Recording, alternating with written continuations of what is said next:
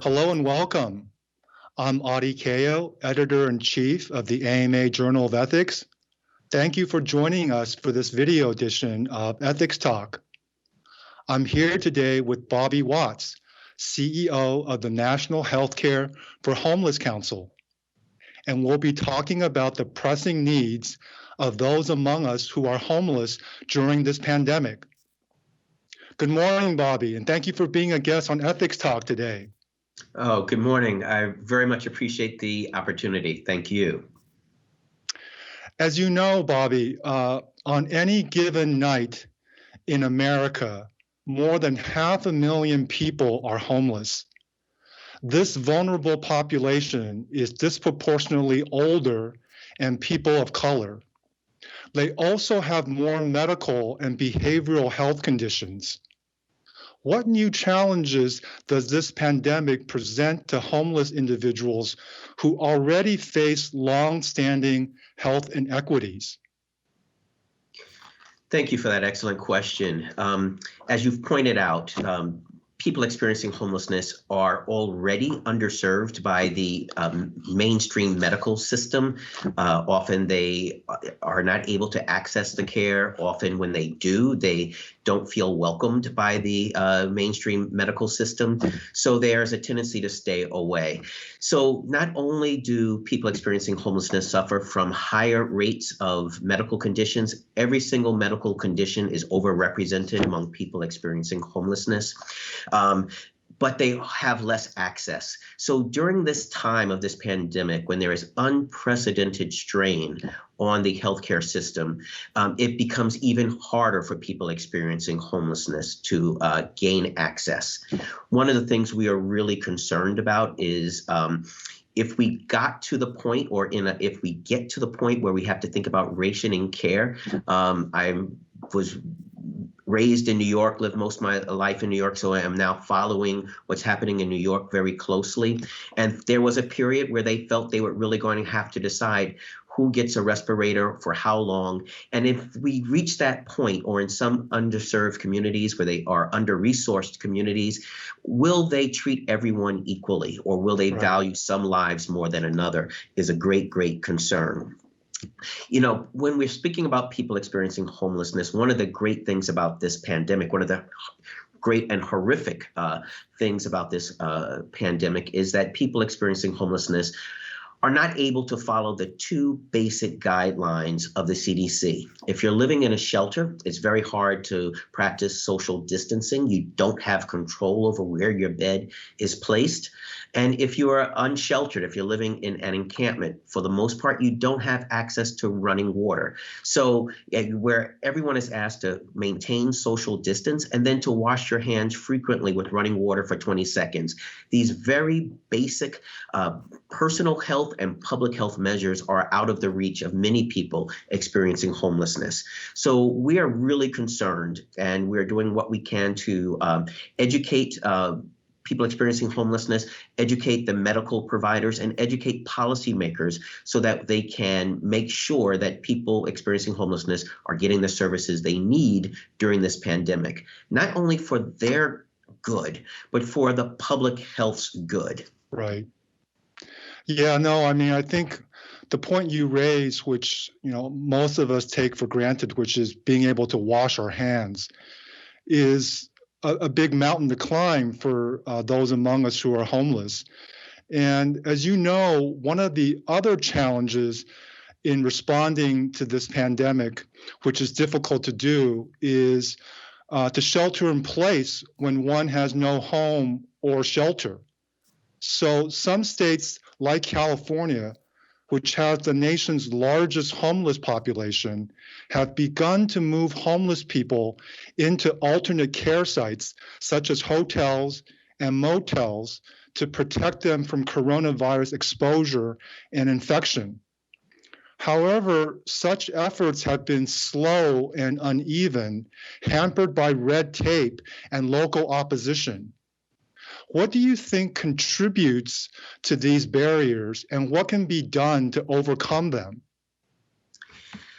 Thank you. I think there are two sets of barriers. One is the barrier from the larger community where people are saying, I don't want this motel to be filled with people experiencing homelessness. I don't want this to become the COVID motel in my community. I understand that, but I really believe that what Governor Newsom said when he introduced some of these initiatives in his State of the State address, actually just right before the pandemic really hit California, stated that we recognize and appreciate local sovereignty, but it should not come at the cost of recognizing other people's basic human rights. I'm Right. paraphrasing him.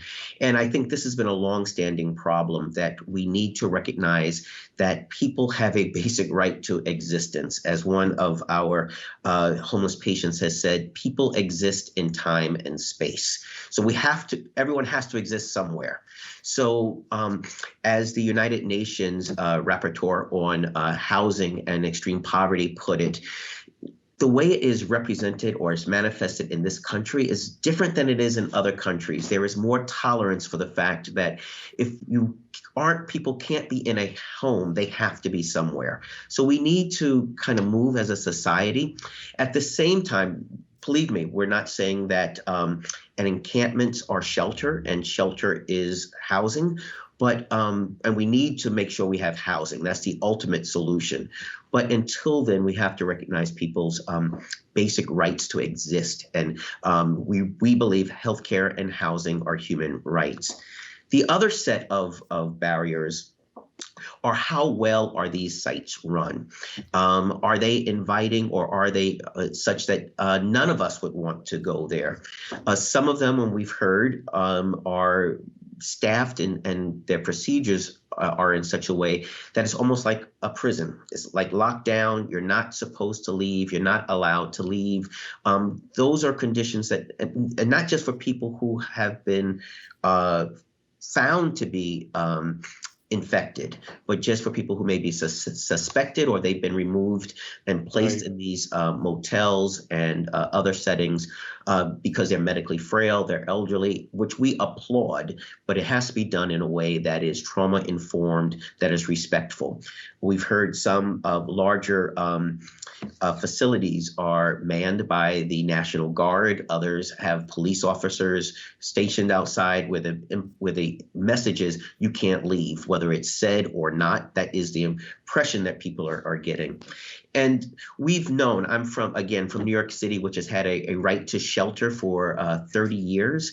And it's the reverse of where it is in most other countries, where most of the people experiencing homelessness are in shelter versus on the streets, because the shelters by and large are run by nonprofits, and they tend to be more inviting, welcoming. They're meeting the perceived needs and the actual needs of the person experiencing homelessness. So we applaud the idea of moving people from congregate shelters for their health and moving people from the streets and encampments for their health, but it needs to be done in the appropriate way. Yeah, no, I hear what you're saying. I think that if we are all in this together, all of us have to fight this this NIMBY impulse, not in my backyard impulse, because as you were saying, housing is really a human right, and we have to find ways of addressing that for those who don't have homes. And if we don't, it's not only going to hurt their health, but our health in the long run as well. So I think your points are very well made.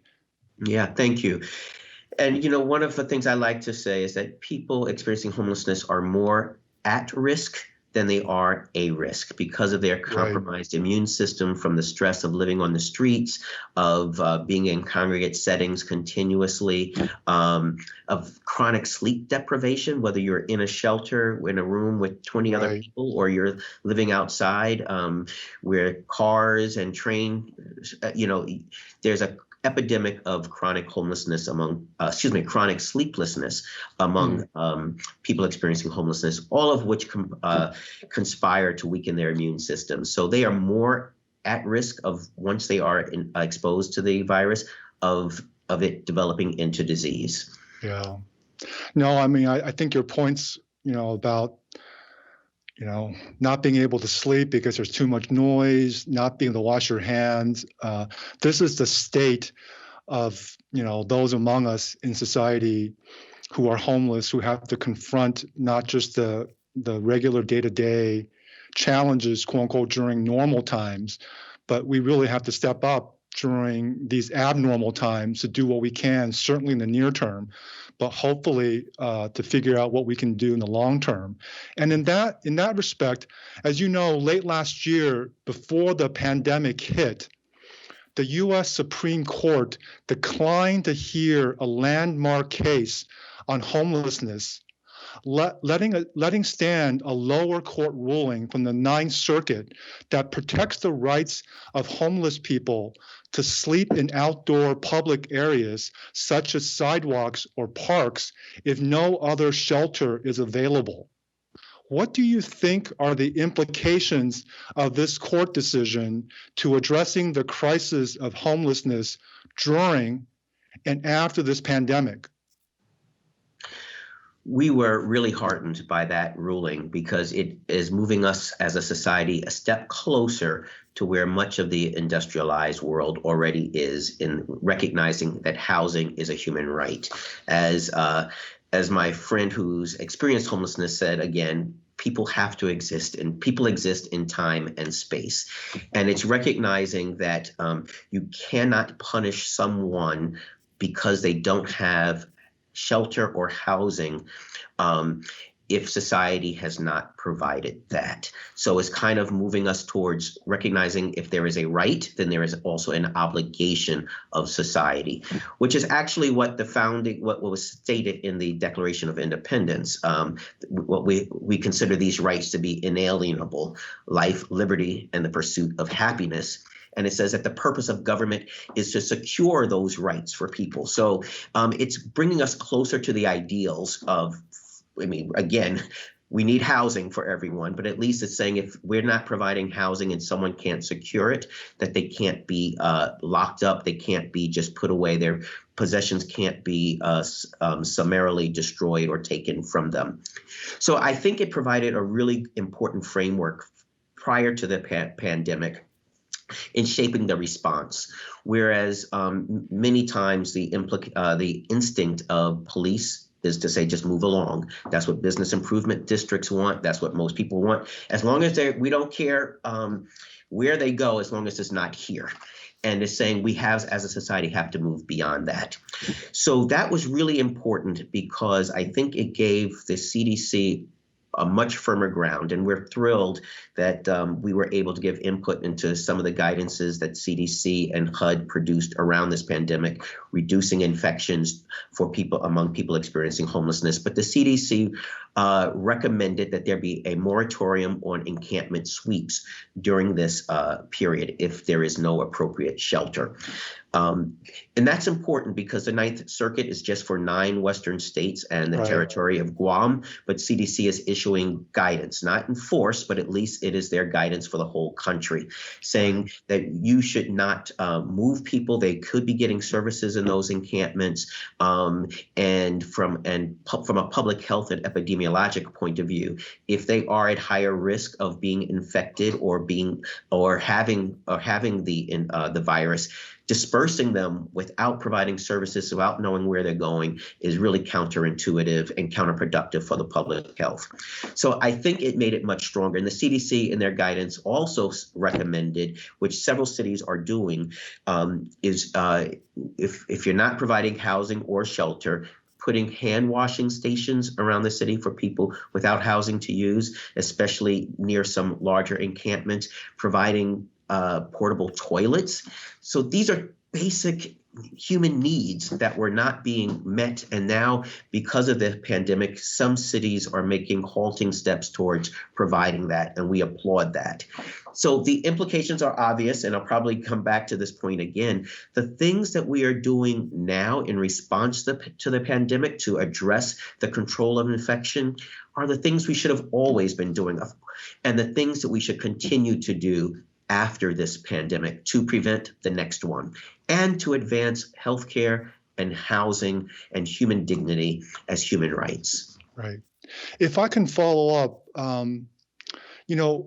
with rights come responsibilities. So I've also heard circumstances where shelters are available, but certain individuals who are homeless uh, don't want to go into shelters. So, can you speak to how one should look at balancing the right, so to speak, to be living in public spaces, but that there are shelters that are available for them? Yeah, I want to go back to the idea that the shelters have to be meeting the needs of the person, meeting their needs and their perceived needs, and it gets actually much more complicated during the time of a pandemic, where sometimes being in a congregate setting, especially if they can't practice social distancing, you may be safer not in that congregate setting. So some people have made the very rational choice we've heard of leaving to move outside in an encampment. Others encampments are not better than being in a good shelter. So it really has to be weighed. What are the conditions? So some people, especially doctors who practice street medicine and mobile health clinics, go to encampments, and other outreach teams have worked where there isn't sufficient shelter, or shelters have had to reduce their capacity in order to practice social distancing so that fewer people can stay in there. In the shelters have worked to help make sure there are enough tents so people are not sharing tents, which happens fairly common practice in encampments, and to spread the tents out, at least 12 feet apart, all to reduce. So, and again, I point to the example of New York City, where there is a right to shelter, and when the system is not perfect by any means, but where it is at least well run enough that where 95% of the people that are estimated to be homeless are in shelters versus on the streets. So you have to design it well. And we're not talking about fancy bells and whistles, but just making sure that it meets basic human dignity, that people are treated with respect, that they don't feel like they are a prisoner. And the very sound principles of trauma-informed care are practiced throughout the shelter, throughout the clinics. That's really what Healthcare for the Homeless, the movement, which began in 1985, that's been part of our bedrocks of treating people with dignity, meeting them where they are, meeting their perceived needs. And in business, they say the first rule is to listen to your customer if you want to succeed. We don't do that very well in healthcare. But the Healthcare for the Homeless programs and model movement is doing that fairly well. That's been one of our bedrocks. And I think that's one of the reasons why together we've been able to serve over 1 million people experiencing homelessness in the 300 Healthcare for the Homeless programs around the country. People come back. We listen to the patients. The patients are empowered to speak. They're part of governing boards of the agencies, advisory boards, and as also they're part of the governing board of the council. Yeah. No, I really appreciate your remarks, and especially the point that I think what may seem to the majority to be irrational behavior really is rational from the individual person experiencing homelessness if the shelter alternative is less safe than their current conditions. So it puts the onus on all of us to be able to understand that and to address that issue. Mm-hmm. Yeah. So, yeah, I began this work in 1985 as a living counselor at a rescue mission, and I was fascinated. These were guys who would come in just for a night and then go back out. And I was fascinated. Why did they not want to go to the city shelters? And they said it's dangerous, it's unsafe. And then later, they were all run by the city government. Later, they've been run by nonprofits, and much, much better. So the system, there are many, many more people that say, yes, I want to be in a shelter than on the street in New York. Right. So you've referenced a couple of times now this trauma-informed approach to taking care or addressing the needs of those among us who are homeless. As you know, in this current pandemic, medical respite programs are reassessing their policies, procedures, and practices so they can expand their capacity and support an overburdened healthcare system. I suspect, though, that many of our viewers have never even heard of medical respite programs. So can you tell our audience about the origin and purpose of medical respite care and what health professionals can do to support these programs? Thank you. I am completely passionate about medical respite, so I'm glad to talk about it. The first two medical respite programs began in 1985, one at the Boston Healthcare for the Homeless program and one at Christ House in Washington, D.C. And they really began as a response to an unmet need. And I'm really glad to say in Boston, at least, it was the patients of the program that said, to the program, this is what we need. And that was really the genesis of their medical respite program. Medical respite is a service or facility designed for people who are experiencing homelessness that no longer have a clinical reason to stay in a hospital. But without it, the hospital would not have a safe place to discharge them. And then what happens is the person maybe is discharged back to their shelter, which is not really equipped to handle their needs, or to a friend's couch, or sometimes to the street. And without the appropriate care, their care deteriorates, that they end up back in the emergency room, back in inpatient for inpatient hospitalization at great cost to their health and at great cost to the healthcare system. Right. So medical respite breaks that cycle. The very best programs, not only do they help them get back to health, but also it's a gateway to permanent housing or permanent supportive housing as the needs may be. But it is intended to be short-term care to stabilize someone so that their health can improve and they don't need to go back to the hospital. Yeah, no, thank you. I think that's very informative, and we'll try to share some additional resources as part of this conversation. So, as we near the end of our conversation, I wanted to ask you about the issue of unemployment. As you know, unemployment is one of the major causes, if not the leading cause, of homelessness in this country. With so many of our fellow Americans out of work due to the pandemic, what, if anything, can health professionals do to help ameliorate the situation? I'm so glad you asked that question, because one of the things about this pandemic is that it has brought into sharp relief some of the inequities, the inequalities, and the weaknesses of our healthcare and housing public policies and the systems. We are seeing a virus that does not respect state boundary lines. And yet, whether someone can get care in one state or another depends in this country right now, if you're poor, on whether your state has expanded Medicaid, if you are a single adult. That is really not a good, sound way to run a public and to ensure the health needs of the public are met. We also are overly reliant, or we are reliant upon employer-based healthcare coverage. So we've had 25 million people and counting so far that we know have lost their jobs. Many of them have also lost their health insurance at a time of a mass pandemic where healthcare is needed more and more. People are now saying, I don't know if I can afford to go to the doctor because they lost their health care coverage because they lost their jobs. What really should happen is what healthcare professionals can do is really advocate for a change, advocate for universal healthcare. There are many ways to achieve it, but we are the only industrialized nation that does not have universal healthcare.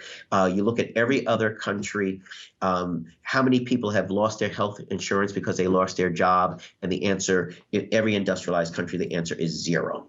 So in my years of working as an executive director in a healthcare for the homeless program in New York, when I would go to talk to our city council or to go to our state legislature, or when we would take people to speak to Capitol Hill about the needs of people experiencing homelessness, importance of healthcare for this population, the first person they want to hear is the person who's with the lived experience of homelessness. The second person they want to hear is the medical provider on the front line. What I had to say did not carry as nearly as much weight. And as medical providers in this country, you really have a lot of clout. People will listen to you when they hear when you're speaking from the front lines and saying, this system needs to be improved. This is not adequate. This is what we need. So one of the main things that I really would hope that the medical community would do, especially in response to this pandemic, where it's pointed out the inequities, that they will say we need universal health care. It should not be that where you live determines whether really you'll get care or not, whether you'll live or die or not. It should not be that the racist policies of this country are impacting healthcare and health status to the point where African Americans, Native American Indians are much more likely to die of COVID than the rest of the population. In some areas, Latinos are overrepresented among deaths. So we really need it will not solve all the problems, but in terms of access to healthcare, having universal healthcare is something that the medical community can advocate for, and I really hope that they would. Yeah, I really appreciate your call to action, and specifically to health professionals to use their voice, because their voice can make a difference in promoting the health and well-being of our neighbors and those in our communities, whether they are known to us or not. So I think I really appreciate your thoughts on this matter, and I just want to thank you for taking time to sharing your expertise today with our audience today, Bobby. Thank you. Thank you. And I would just encourage everyone to visit our website. We have a lot of materials around COVID, www.nhchc.org/coronavirus, and a lot of information about how providers can ensure that the needs of people experiencing homelessness are met during this pandemic and beyond. Yeah, I think we'll definitely include that URL in this interview so people can access those resources. So in addition, for more COVID ethics resources, please visit the AMA Journal of Ethics at journalofethics.org. And to our viewing audience out there, I want to encourage everyone to continue to practice physical distancing and sheltering at home. Your sacrifice is saving lives. Be safe and be kind. We'll see you next time on Ethics Talk.